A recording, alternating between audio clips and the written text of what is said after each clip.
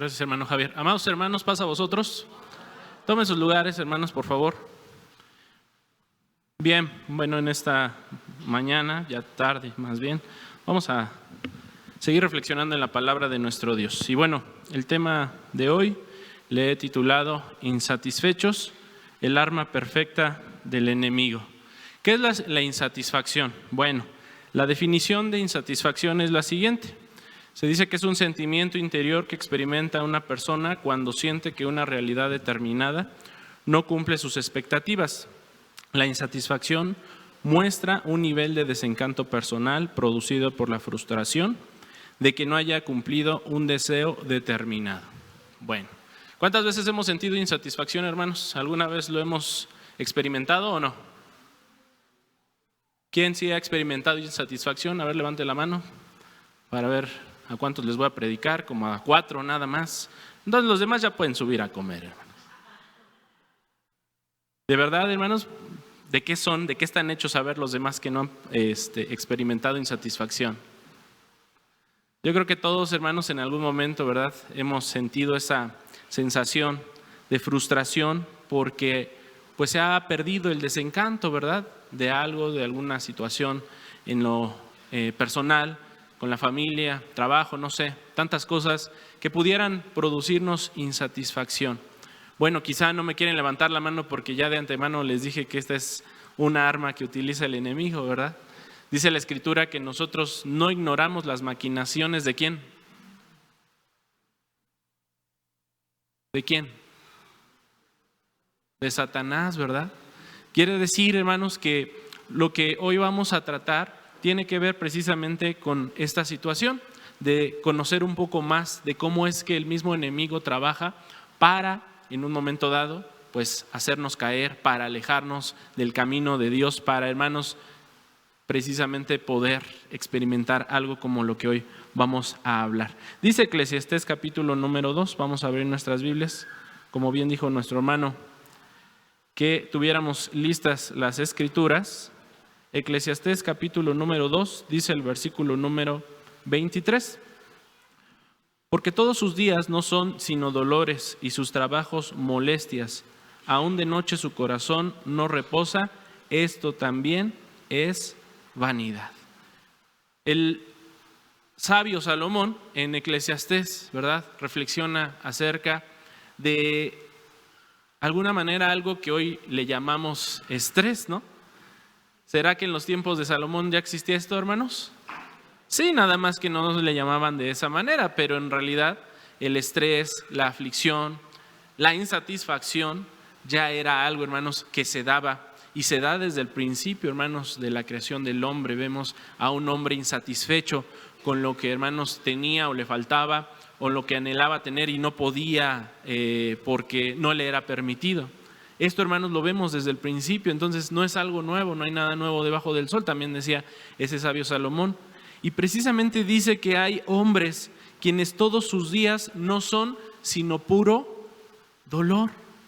Qué triste, hermanos, qué terrible vida es la de aquel o la de aquella que todo el tiempo, ¿verdad?, está afligido, que todo duele, que todo lo que experimenta, todo lo que recibe, todo lo que no tiene, le produce este dolor. Y dice que todo lo que hace es molestia para él. La insatisfacción, hermanos, si ustedes la han experimentado, es algo, ¿verdad?, que se ve reflejado de esta manera, como lo explica precisamente aquí Salomón. Cuando no estamos satisfechos con las cosas, cuando, hermanos, algo no cumple nuestras expectativas, ¿nos sentimos bien felices, sí o no? Pues no, realmente llega a nosotros esta sensación de frustración, porque las cosas no están sucediendo, no están pasando, no me han sucedido como yo quisiera. Y dice que esto llega hasta el punto de que hay quien de noche, dice, su corazón no reposa. ¿Les ha pasado, hermanos, que en la noche no pueden descansar? De estar pensando en aquellas cosas que no les satisfacen, que no les hacen sentir bien, que les producen dolor, insatisfacción. Qué terrible es, ¿verdad?, de pronto no poder conciliar el sueño porque no estamos satisfechos, porque no estamos contentos con lo que está pasando en nuestra vida o en nuestro alrededor. A veces hay situaciones que se dan en nuestro contexto, puras noticias duras, difíciles, que nos entristecen. Y qué terrible es de pronto, ¿verdad? Encender el televisor o tal vez meternos a las redes sociales y leer las noticias y todo, hermanos, puras noticias terribles, ¿no? Pocas veces nos encontramos con noticias buenas, porque pues resulta que es lo que más vende. Pero qué terrible que es lo que nosotros consumamos, ¿no? Todo aquello que al final nos hace frustrarnos, nos hace darnos cuenta que las cosas no van tan bien como quisiéramos y nos produce más insatisfacción. Dice, hermanos, el proverbista, o en este caso Salomón a través de Eclesiastés, dice: esto también es vanidad. O sea, de nada sirve que tú vivas una vida, valga la redundancia, con insatisfacción, con dolor, con algo que no te deja dormir. Qué terrible es llevar una vida, hermanos, donde no siquiera puedas descansar en la noche cuando vas a acostarte a tu cama. Pues precisamente, hermanos, es de lo que hoy vamos a hablar, de lo que es, hermanos, la insatisfacción. No sé si perdimos la diapositiva, hermano Israel. Creo que sí, ¿verdad? A ver si ya regresó. A ver, déjenme corregir esto, hermanos, y ahorita continuamos. Hermano Israel, avísame si eso pasa para que no haya falla con lo que estamos aquí proyectando, por favor.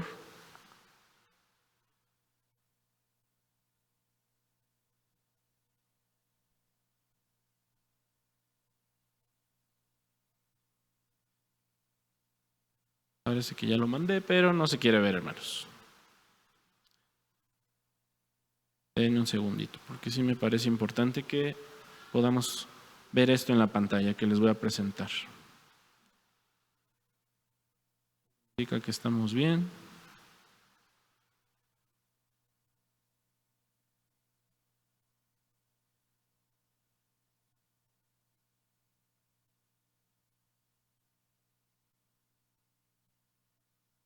Bueno, para variar, esto no quiere trabajar, hermanos. Pero no importa, no vamos a frustrarnos y estar insatisfechos por esto, ¿verdad? Así que vamos a continuar. Bueno, entonces, hermanos, hay diferentes situaciones que nos llegan a traer insatisfacción, y eso no solamente a nosotros, sino en general al ser humano. Por ejemplo, insatisfacción porque mi situación laboral no conecta con la profesional. ¿Cuántas personas, hermanos, no están insatisfechas porque profesionalmente se prepararon para hacer algo, ¿no? El clásico ejemplo de aquel que estudió en una ingeniería, una licenciatura y termina de Uber, ¿no? No conecta su situación profesional con lo laboral. Y no estoy diciendo que sea malo manejar un Uber, ¿no? O ser taxista en su momento, pero en ocasiones eso produce insatisfacción, el no llegar, hermanos, a poder conectar estas dos cosas, pues en las cuales se les invirtió tiempo, ¿no? El ir a una universidad, el prepararse para estudiar una carrera profesional, obviamente, hermanos, implica varios años de nuestra vida, y de pronto no poderse realizar o desarrollar en eso es frustrante, produce insatisfacción.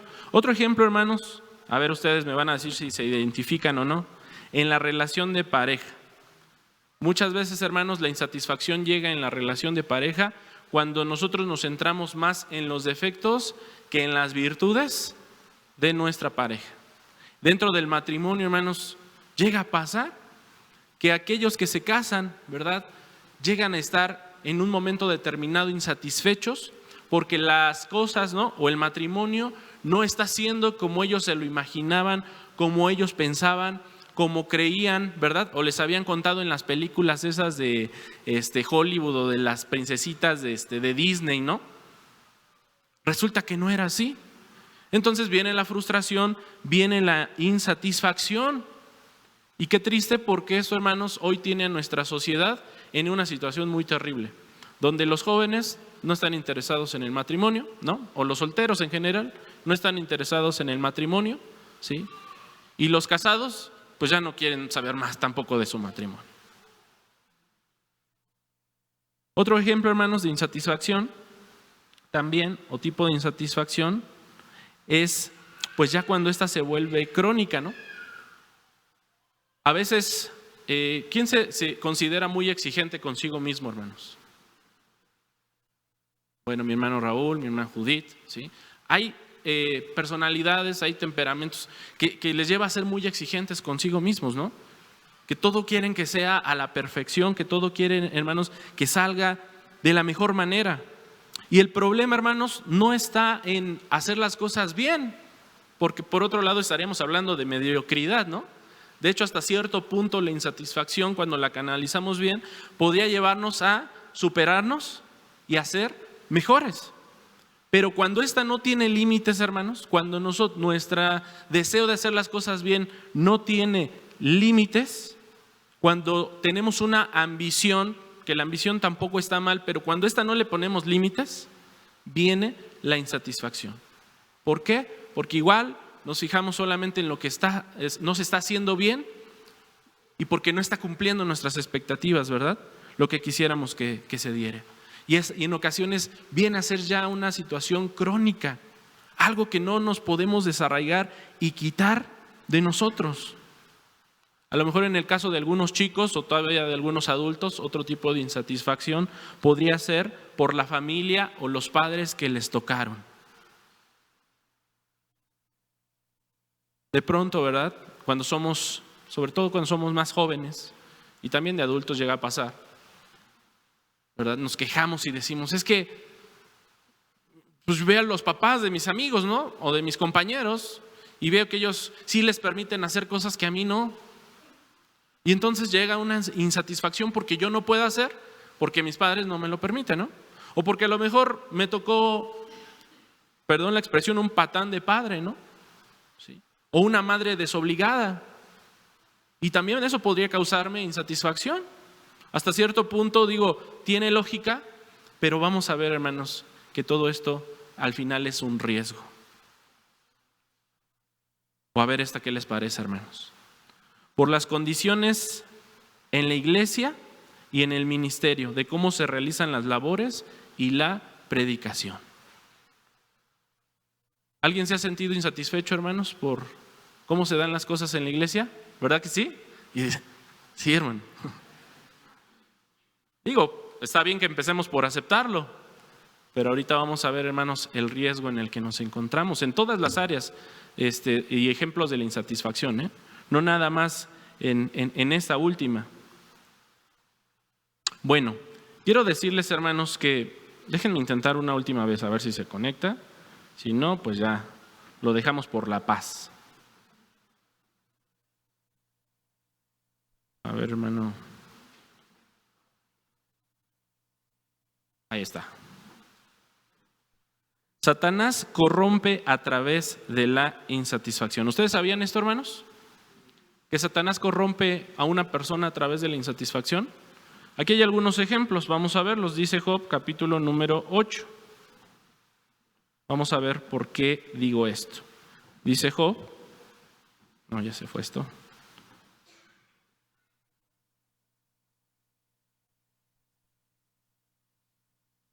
Job capítulo 8, si alguien lo puede ir buscando mientras, y ahorita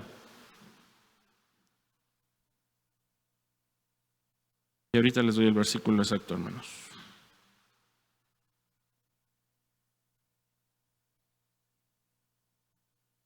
Ahora sí.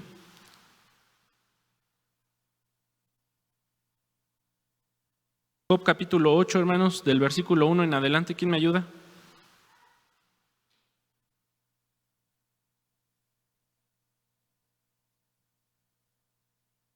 A ver, hermano Fernando, por favor.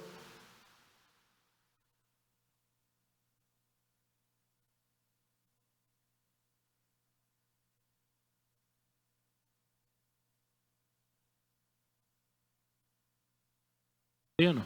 Bueno, lo leo. Dice así. Hubo un varón en tierra de Uz llamado Job, y era este hombre perfecto y recto y temeroso de Dios y apartado del mal. ¿Sí conocen de Job, hermanos? ¿Sí conocen esta historia? ¿Qué le pasó a él? Bueno, dice el versículo 2 primero. Él tenía 7 hijos y 3 hijas, y su hacienda era 7,000 ovejas y 3,000 camellos y 500 yuntas de bueyes y 500 asnas y muchísimos criados. ¿Quién no quisiera, hermanos, tener todo esto traducido en inversiones en el banco? Pues muchos, ¿no? Dice, e iban sus hijos, no solamente en lo material, sino también con la familia. y hacían banquetes en sus casas, cada uno en su día, y enviaban a llamar a sus 3 hermanas para que comiesen y bebiesen con ellos. Y acontecía que, habiendo pasado en turno los días del convite, Job enviaba y santificábalos, y levantábase de mañana y ofrecía holocaustos. Vemos a un Job, ¿verdad?, siempre cercano a Dios, en comunión con Dios por su familia. Dice el 6, y un día vinieron los hijos de Dios a presentarse delante de Jehová, entre los cuales vino ¿quién? Satanás, ¿verdad?, de este personaje del que estamos hablando. Y dijo Jehová a Satán, ¿de dónde vienes? Y respondiendo Satán a Jehová dijo, de rodear la tierra y de andar por ella. Y Jehová dijo a Satán, ¿no has considerado a mi siervo Job, que no hay otro como él en la tierra, varón perfecto y recto, temeroso de Dios y apartado del mal? Vemos aquí, hermanos, conocemos la historia, hasta aquí lo voy a dejar, porque resulta, hermanos, que en esta situación vemos a Satanás pidiendo de alguna manera el probar a Job, el tocar, ¿verdad?, todo aquello que en un momento dado, pues como a cualquiera de nosotros, lo tenía en plena satisfacción. ¿Por qué? Porque tenía bienes, era un hombre que no le faltaba el pan, tenía una familia, hermanos, ideal, ¿no? Sus hijos con él, su esposa, etcétera, una familia con la que convivía, espiritualmente estaba bien, pues por ende, ¿no? Porque generalmente cuando todo va bien, cuando todas las cosas están como queremos, pues también estamos bien con Dios, nos acercamos y venimos a la iglesia, todos felices y contentos. Pero Satanás, conociendo las flaquezas y las debilidades del hombre, dice a Dios, bueno, a ver, déjame ponerlo en esta situación de insatisfacción, ¿no? ¿Qué podría provocar la insatisfacción como a la mayoría de nosotros? Pues tocar a la familia, ¿no? Eso ya de antemano es una situación bien fuerte. Otra cosa, pues quitarle todo lo que tenía, ¿no? A ver, ahora vamos a ponerlo en una situación de escasez donde no tenga todo lo que tiene, a ver si es cierto que se comporta con la misma fidelidad a ti. Y bueno, conocemos la historia, hermanos.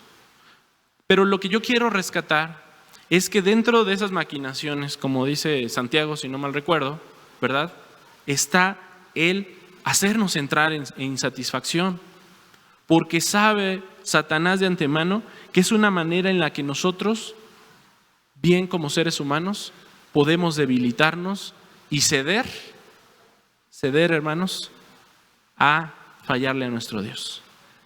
Vamos a ver otro ejemplo para que veamos cómo es que Satanás efectivamente trabaja de esta manera. Dice Mateo capítulo número 4. Satanás, muy osado, pretendió hacer lo mismo con nuestro Señor Jesucristo. Dice Mateo capítulo 4, versículo 1 en adelante. Entonces Jesús fue llevado del Espíritu, ¿a dónde? Al desierto, para ser tentado del diablo. Dice que todo esto, hermanos, obviamente movido del Espíritu Santo, pero era necesario demostrar a través de lo que iba a pasar aquí, una, cómo trabaja Satanás, y otra, cómo deberíamos de reaccionar ante esas maquinaciones de Satanás. Dice el versículo 2, y habiendo ayunado 40 días y 40 noches, después, pues lógicamente tuvo hambre. Suena una fábula, ¿no? Pero yo no sé si alguien ha aguantado 40 días y 40 noches un ayuno de los que estamos aquí. A veces con un día, hermanos, ya estamos que no podemos más, ¿no? Ya la boca se nos hace agüita, ¿no? Por probar algo. Dice el versículo 3, y llegándose a él, el tentador, Satanás dijo, si eres hijo de Dios, di que estas piedras se hagan, ¿qué cosa? Se hagan pan. A ver, si es cierto que tú tienes el apoyo de Dios. ¿Cuántas veces, hermanos, no se nos cuestiona a nosotros como conocedores de la palabra, como cristianos, como hijos de Dios, las acciones que toma Dios o las acciones que permite Dios? ¿Cuántas veces no hemos escuchado, a ver, si Dios existe, ¿por qué entonces hay hambre en el mundo? ¿Les han hecho ese cuestionamiento? ¿Verdad que sí? Clásica pregunta de alguien que es ateo, ¿no? De alguien que no está convencido de la existencia de Dios. A ver, les voy a poner esta un poquito más actual. A ver, si Dios existe, ¿por qué está permitiendo que haya esa epidemia en el mundo, no? ¿Cómo se llama? El coronavirus. ¿Por qué tanta gente se está muriendo? Y no nos damos cuenta que ahí detrás está el mismo que en un momento dado se le presenta a nuestro Señor Jesucristo, el tentador, diciéndole, bueno, a ver, si es cierto que Dios está contigo, pues demuéstrame y haz que estas piedras se hagan pan. Y así es, hermanos, como sigue, como ha trabajado y como seguirá trabajando el tentador, haciéndonos sentir insatisfechos porque al cuestionarnos de esta manera, ¿verdad? Y quizá no teniendo la fuerza espiritual que tenía nuestro Señor Jesucristo, porque Él hábilmente respondió a pesar de la gran tentación después de no comer 40 días y 40 noches, dijo que no solo del pan vivirá, y se batió a Satanás. Pero nosotros, hermanos, a veces no tenemos esa conciencia espiritual que tuvo nuestro Señor Jesucristo y damos entrada a ese tipo de cuestionamientos y decimos, pues sí es cierto, Dios pues no es como nos lo pintan, Dios no es ese amor que dice Juan, porque sí es cierto, porque niños sufren, ¿no? Y a veces nos vamos más a fondo y, híjole, pues a mí no me fue tan bien cuando yo era niño. Es más, a lo mejor yo fui abusado, a lo mejor fui violado. ¿Por qué Dios permitió eso si yo era un inocente? Y empezamos, hermanos, en una insatisfacción, ¿se dan cuenta? Donde ya Dios no es como creíamos nos lo habían dicho, porque nos estamos dejando influenciar precisamente por estos ataques que tiene el tentador en nuestra vida. Y empieza eso a producir insatisfacción cuando no, hermanos, realmente somos capaces de reflexionar espiritualmente y entender que hay toda una justicia alrededor, ¿sí?, que a veces es incomprensible para nosotros, pero decía alguien, hermanos, y yo les pido que lo analicemos. Todo lo que nos pasa, hermanos, es justo, es lo justo. ¿Por qué? A lo mejor en el momento no lo vamos a entender. Pero en la justicia, hermanos, de Dios, solamente Él sabe por qué está permitiendo cosas en nuestra vida, a veces tan terribles, a veces tan difíciles. ¿Por qué, si Dios es justo y amor, por qué permitió que Satanás tentara a Job de esa manera, perdiendo su familia, perdiendo sus bienes, sus riquezas? De pronto podría ser injusto y diríamos, entonces, ¿Dios permite que Satanás nos tiente? Pues sí, pero todo tiene una razón de ser, hermanos. Pero cuando no nos ponemos a reflexionar y a pensar que todo, hermanos, y ahorita vamos a ver los pasajes, es para el bien de nosotros, al final del tiempo, al final de los días, al paso, hermanos, a veces de los años, pues nos vamos a quedar en la pura insatisfacción.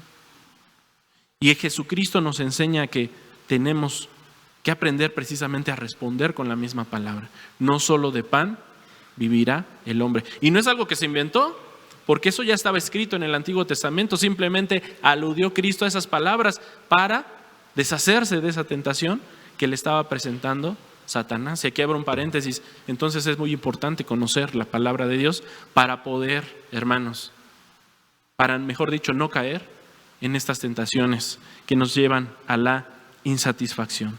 Entonces vemos precisamente que Satanás corrompe a través de la insatisfacción, busca corrompernos a través de la insatisfacción.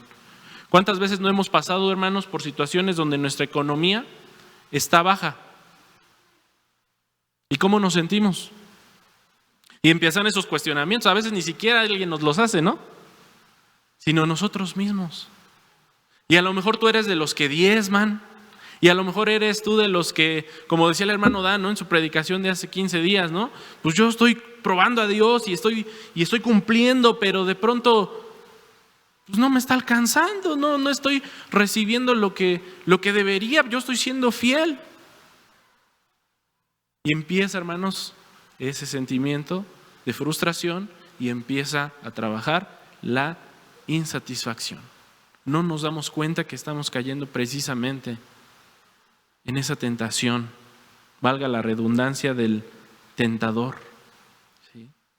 O a lo mejor cuando tengo frente a mí a una mujer u hombre que no es mi esposo, y esto sobre todo para los solteros, ¿sí?, que de pronto están ahí con el novio o la novia, ¿no? Y ya empezó por la manita y el besito y ya estamos a lo mejor en algo más intenso y pues no sabemos ni cómo zafarnos porque ya caímos y nos olvidamos, hermanos, del consejo de Dios. ¿Qué dice al respecto, hermanos, la Escritura? Quédate ahí, tú vas a ser fuerte, no importa, ¿verdad? Porque tú eres un hijo de Dios, tú eres un joven que ora, tú eres un chico que no importa, tú estás solas con esa persona porque no vas a caer en tentación. ¿Eso dice la Escritura? ¿Qué dice entonces? Huye. Hay cosas, hermanos, y siempre lo decimos, que no nos podemos permitir. Hay tentaciones que simplemente no podemos ni siquiera abrir la puerta, y esa es una de ellas. O a lo mejor cuando se viene una crisis en mi matrimonio, ¿no? Hay gente, hermanos, y esto es muy terrible. Hay gente que toma decisiones en medio de una crisis. Y eso es lo peor que podemos nosotros hacer. Tristemente hay gente que se ha divorciado porque pasó por una etapa de crisis. Y no nos damos cuenta, hermanos, que eso era solamente algo temporal. Porque una crisis ¿es para siempre? No, hermanos. Entonces, lo que quiero decir es que lo peor que podemos hacer es tomar decisiones en medio de una crisis, de algo que es temporal, de algo que es pasajero. ¿De cuántas experiencias como esas no está llenan los matrimonios, hermanos? ¿Pocas? De muchas. Pero vuelvo a repetir, lo peor que podemos hacer es tomar decisiones que van a ser permanentes, que van a tener una trascendencia permanente en medio de algo que es temporal. ¿Me explico? ¿Por qué? Porque evidentemente, hermanos, esa crisis nos va a traer insatisfacción. Y es cuando menos podemos tomar decisiones importantes. Porque eso va a traer otra crisis. Y va a traer más insatisfacción. Porque ahora ya no va a ser mi insatisfacción, va a ser también la de los hijos.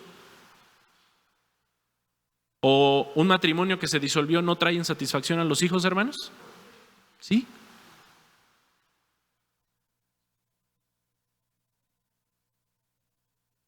Por consiguiente, hermanos, aquí hay un consejo importante.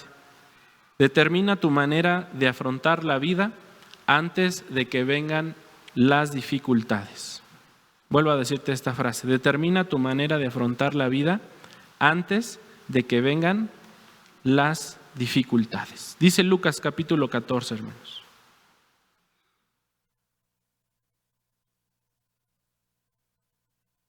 Versículo número 29. Dice así: porque después de que haya puesto el fundamento y no pueda acabarla, todos los que vieren no comiencen a hacer burla de él, diciendo: este hombre comenzó a edificar y no pudo acabar. ¿Cuál es la idea, hermanos, de estos dos versículos?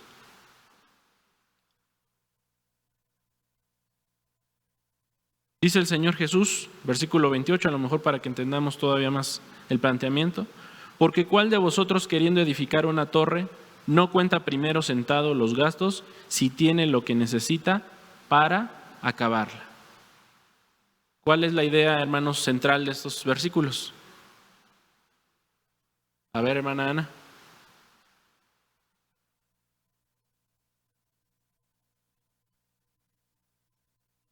Ya se agachó. ¿Sí tiene la respuesta o no, hermana? Pues en este versículo, hermano, nos deja ver que primero tenemos que tener la economía para poder realizar un proyecto. O sea, no podemos hacer el proyecto sin tener recursos, o bueno, económicos o bien ¿Y esto es parte materiales. de qué cosa, hermanos? Pues de un plan. Exactamente, un plan. Gracias. Tenemos nosotros, hermanos, que planear, tenemos que prever, porque para eso es un plan, ¿o no? Si voy a comprar una casa y no tengo dinero, ¿será una buena idea? No lo estoy planeando, no estoy previendo todo lo que eso implica, ¿no? O a lo mejor, hermanos, Sí tengo el dinero para comprarme un Ferrari, pero no tengo para las refacciones que van a venir después de tener el Ferrari, ¿no? Entonces, aquí el maestro nos está enseñando a prever las cosas. Y hablando de la insatisfacción, esto es sumamente importante. Nosotros, hermanos, tenemos que visualizar, ¿verdad?, las decisiones y las acciones que van a venir en nuestra vida antes de que sucedan, porque si no las prevemos, ¿qué es lo que va a producir en nosotros? Frustración e insatisfacción, ¿sí me explico? Y eso es en todo. Si a lo mejor tú, ahorita que eres joven, ¿verdad?, te metes a estudiar una carrera de medicina porque todo el mundo estudia medicina y dicen que es lo mejor pagado y pues te avientas, ¿no? Y resulta que a la mera hora pues no sabías ni coser tu ropita, ¿no? Y ahora quieres hasta hacer una coser a alguien, ¿no? Y lo terminas deformando al pobre. Tienes que pensar en todo lo que vas a hacer. Porque, pues imagínate, ¿no? A lo mejor eres un matasanos, como dirían por ahí, ¿no? Y qué frustrante sería que pues no te desenvuelvas porque no estaba conforme a tus habilidades, no estaba conforme a tus dones. Y eso va a traer insatisfacción. E insisto, esa es la mejor arma que tiene precisamente el enemigo. Por eso, antes, ¿verdad?, de que vengan las dificultades, tú tienes que pensar cómo las vas a afrontar.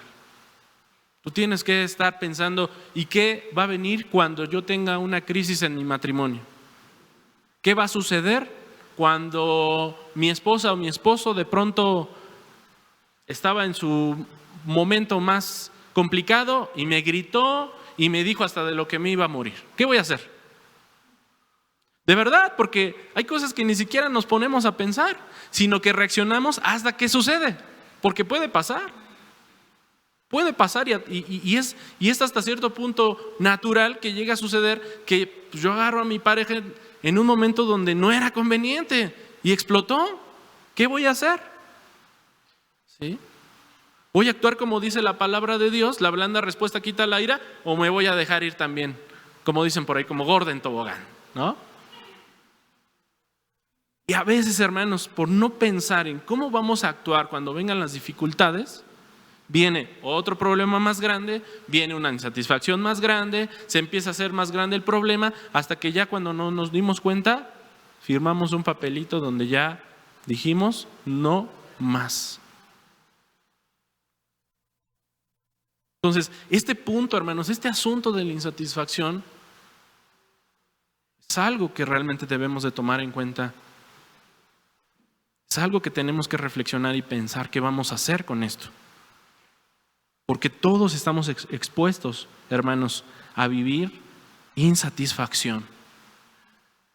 Bueno, ¿y cómo le vamos a hacer? Porque al final todos pasamos por insatisfacción. ¿Cuál es la mejor manera, hermanos, de combatir la insatisfacción? ¿Qué tenemos que hacer al respecto? ¿Qué nos enseña la palabra de Dios para poder construir, así como esas columnas, ¿no?, todavía más sólidas, porque alguien dice que no estuvieron bien hechas, pero ese es otro tema, pero unas columnas bien hechas para que no, hermanos, se venga abajo mi vida, mi matrimonio, mi trabajo, hasta mi situación espiritual?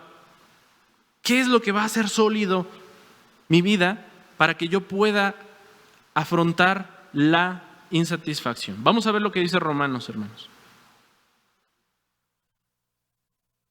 Romanos capítulo 8, dice el versículo 28. Y sabemos que a los que a Dios aman, todas las cosas les ayudan a bien. Es a saber, a los que conforme al propósito son, ¿qué cosa? Llamados.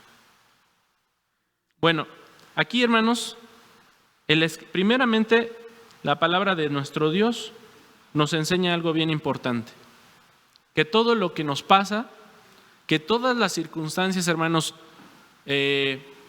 a favor o adversas, dice que las permite Dios.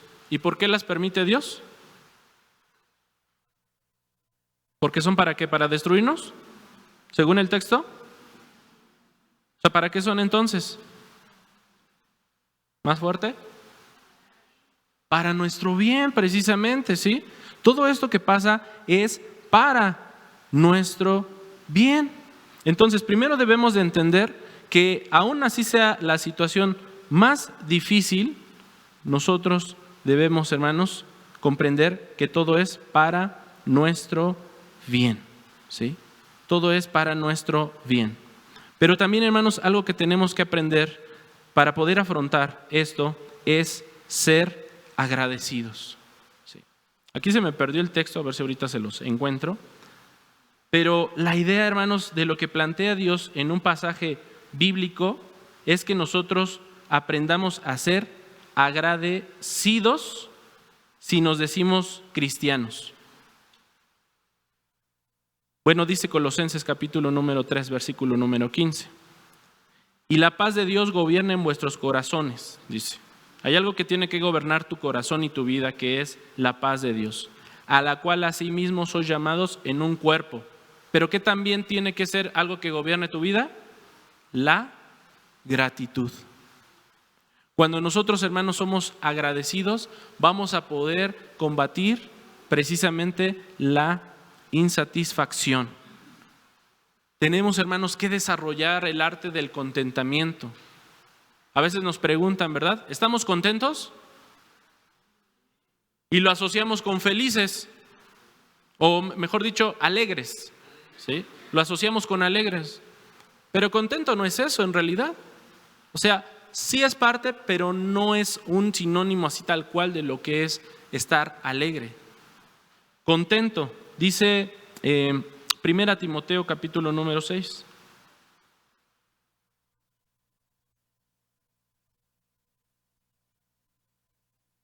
Primera carta a Timoteo capítulo número 6, versículo número 8. Dice así: así que, teniendo sustento y con qué cubrirnos, seamos ¿qué cosa? Contentos con esto. En otras palabras, que estemos satisfechos, que estemos conformes. Eso es estar contento, estar conforme, estar satisfecho con lo que Dios te está permitiendo vivir. ¿Sí? Que sea una experiencia, hermanos, agradable o sea una experiencia dura. Todo, hermanos, dice, ya lo leímos el texto, todo es para bien. Todo es para nuestro bien.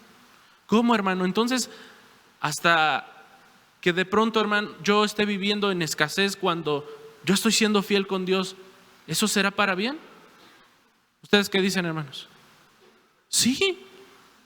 Sí, porque algo te está queriendo enseñar Dios. A lo mejor tú lo estás haciendo, y voy a poner este escenario, ¿no? Pero ya eso cada uno de nosotros, dice la Escritura, tenemos que examinarnos. A lo mejor yo estoy siendo fiel, estoy cumpliendo, ¿verdad? Estoy haciendo todo para que Dios me bendiga, pero a lo mejor yo tengo el problema de que mi foco todavía está por acá, ¿verdad? Lo material sobre lo espiritual. Y un padre, hermanos, que ama a sus hijos, ¿qué tiene que hacer? Si está viendo que el foco de sus hijos es lo material y no lo espiritual, pues tiene que corregir, ¿no? Tiene que ayudarle, favorecerlo para que precisamente ese foco cambie y entonces lo espiritual sea sobre lo material.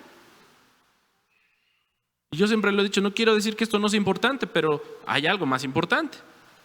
¿Sí me explico? Entonces, nuestro Dios, ¿cómo nos va a corregir? ¿Cómo va a favorecer precisamente para que en ese escenario cambie nuestro enfoque? Pues a lo mejor una manera es mandándonos un ratito de escasez, ¿no? Para que yo empiece, hermanos, a darme cuenta que así como hoy puedo tener, mañana si no tengo nada, no importa, porque tengo a Dios, porque tengo su palabra. Y eso, hermanos, no se puede fortalecer sino solo a través de pruebas. A veces, el otro ejemplo, ¿no? Es como cuando sabemos que somos bien impacientes y le decimos a Dios: Señor, hazme paciente. Bueno, pues ¿cómo te va a hacer paciente si no a través de pruebas o de gente que te haga sentir impaciente? Para que tú desarrolles precisamente La paciencia, porque no es así como que por arte de magia, pues qué bonito sería, ¿no? Que hazme paciente y ya no importa lo que hagan los demás, yo ya, amanecí el más paciente del mundo. Qué bonito sería, digo, estaría genial. Pero las cosas, hermanos, no pueden ser así. Porque lo que se nos facilita es algo que no vamos a valorar nunca. Y esa es nuestra condición generalmente. Nosotros no sabemos valorar, ¿sí?, cuando todo se nos facilita. Entonces, hasta que se nos empieza a complicar, hasta que nos cuesta trabajo, por eso la palabra, ¿verdad? Trabajo. Entonces tú puedes empezar a valorar muchas cosas. Por eso dice la Escritura, ya lo leímos, todo lo que Dios nos permite, sea bueno, no malo, sea bueno o sea difícil o sea complejo, todo es para bien. Hay personas, hermanos, que en su niñez no fue niñez, no fue una infancia. Hay personas que desde chicos tuvieron que trabajar por sostener o ayudar a sus hermanos y tuvieron que cambiar eso por jugar, por divertirse, por pasarla como un niño normal, ¿no?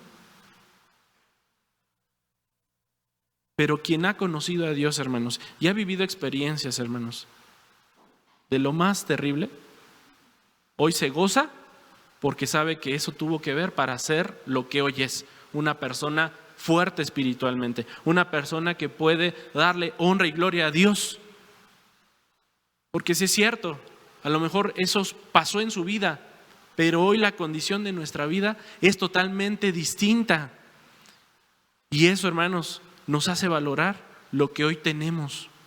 Porque quizá mi personalidad, mi temperamento, si yo no hubiera pasado por eso, hoy no sería una persona capaz de valorar la bendición que Dios me ha dado de ser llamado su hijo.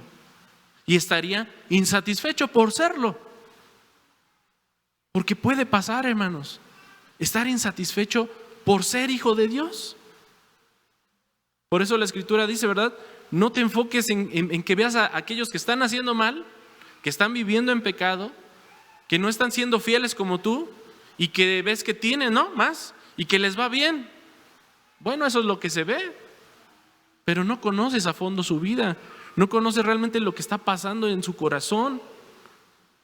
Y es muy lógico entender, ¿verdad?, que quien le está yendo bien, está enfocado solamente en sus negocios, en su dinero, olvidado de Dios. Yo creo que hoy nos queda claro a los que estamos aquí que esa persona no vive satisfecho, no vive en paz, porque lo único que busca es tener y tener más, y eso es su razón de ser, de vivir.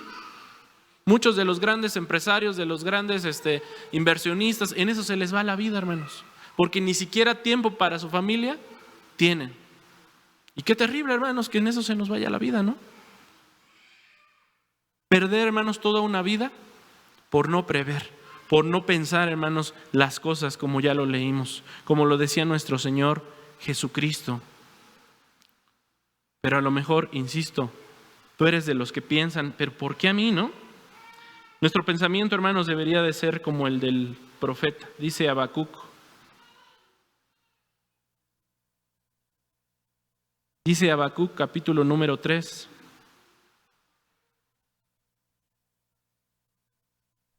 Y versículos 17 en adelante.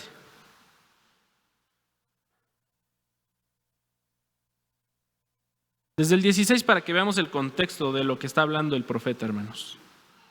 Dice Habacuc 3, versículo 16. Oí y tembló mi vientre. A la voz se batieron mis labios. Pudrición se entró ¿en dónde? En mis huesos y en mi asiento me estremecí.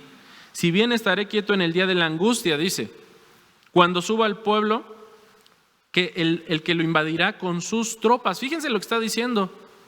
Va a venir tiempo de aflicción, va a venir quien va a ir en contra del pueblo, pero dice, yo estaré quieto en el día de ¿qué? De la angustia. 17, aunque la higuera no florecerá. ¿Qué es lo que está diciendo aquí? Ni en las vides habrá frutos. Está diciendo, aunque los árboles no estén dando fruto, imagínense esta situación, está hablando de escasez,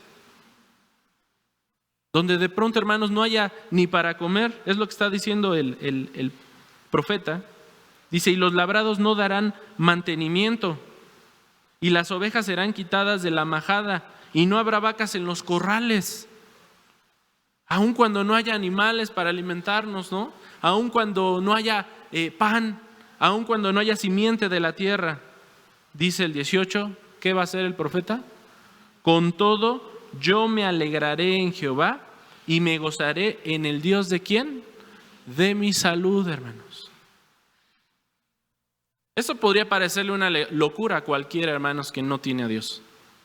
Y efectivamente, hermanos, nosotros tenemos que experimentar esta locura, ¿verdad? Pablo habla de lo loco de Dios.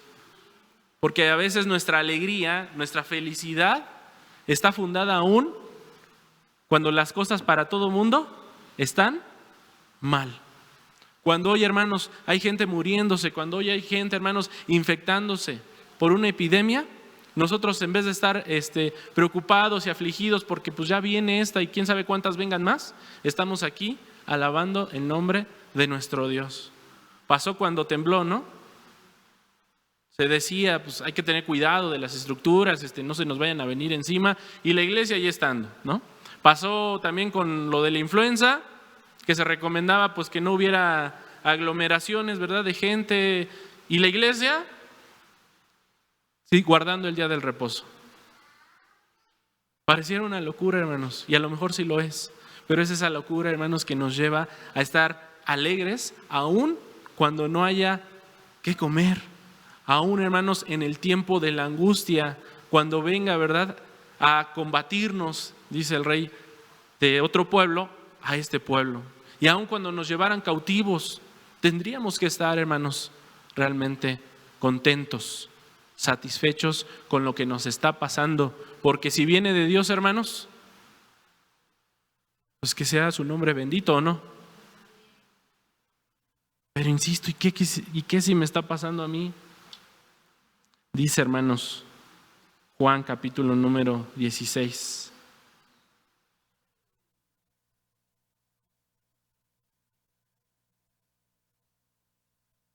Versículo número 33. Estas cosas os he hablado para que en mí tengáis paz. En el mundo, ¿qué vamos a tener, hermanos? Una vida, ¿no? Como en un parque de diversiones todo el tiempo, pasándola súper bien. Dice, no, en el mundo tendréis aflicción, pero confíen.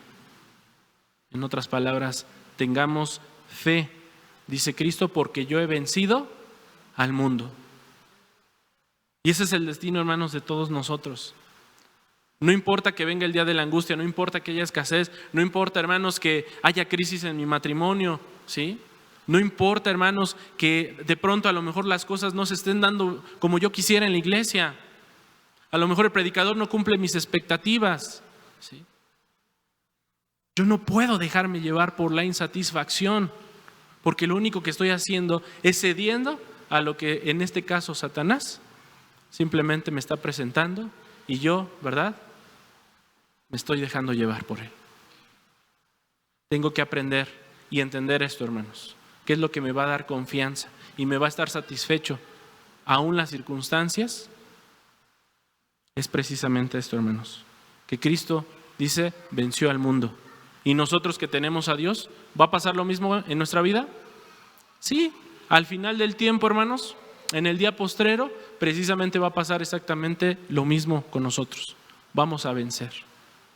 Y estaremos, hermanos, realmente agradecidos con Dios porque nos mostró que aun cuando va a haber dificultades y aflicción en este mundo, no importa porque esto es pasajero.